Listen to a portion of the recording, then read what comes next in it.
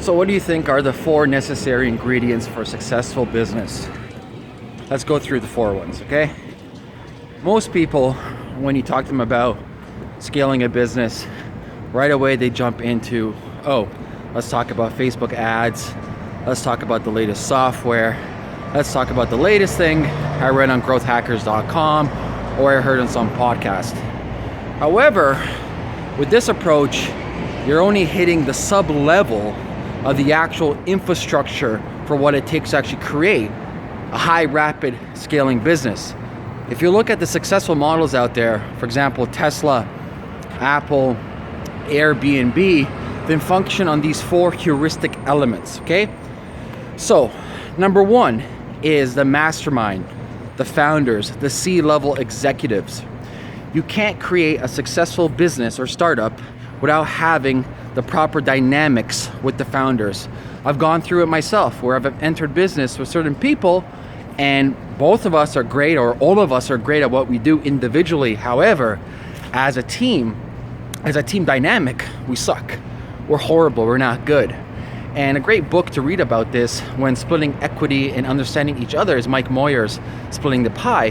Because most people, when they start a business, say, okay, 25% each for 4 of us, that's 100%. However, a year passes by and they realize 2 of the founders aren't doing nothing, and then you get in legal issues of, who owes what, blah, blah, blah. It's a very sticky situation. With the slicing the pie, it's more or less reward system. It's like, okay, guys, we are going to put in the time, we're going to put in the work. It's kind of like a marriage. You don't propose on the first date, do you? You get to know your significant other, dating, and then time passes by. Maybe 2 years later, you finally propose. Well, building a business is no different. You don't just jump into a business, proposition or a company on the second that you meet an individual. So that being said, the mindset has to be there, the dynamics of the founders, of the C-level executives. And Cameron Herold does a great job of this. When you find your dream team, finally, you should do a painted picture or a vivid vision, really understand where you're going. So it's not like, okay, Ameer wants to go here, then Mike wants to go there, then Michelle wants to go that way. That's crazy, right? All of you individually and as a collective have to go to the same place. What's beautiful about this is you don't guys have to use the same path to get there. You know where to go. So I may go this way to get there, you may go that way, but we're going to the same destination point. So that's number 1, the mastermind, the high level thinking, the high level thought process, the visionaries. Number 2 is the strategies, okay? How you're gonna actually create that blueprint for success.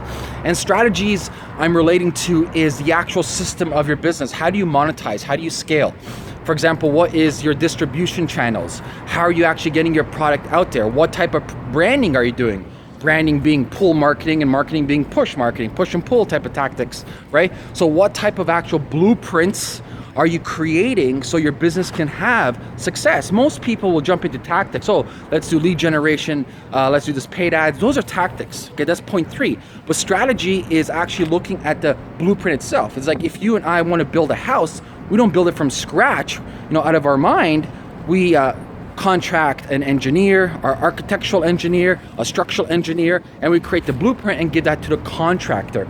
This is no different when it comes to scaling your business, whether that is e-commerce or SaaS. You have to have that system in place.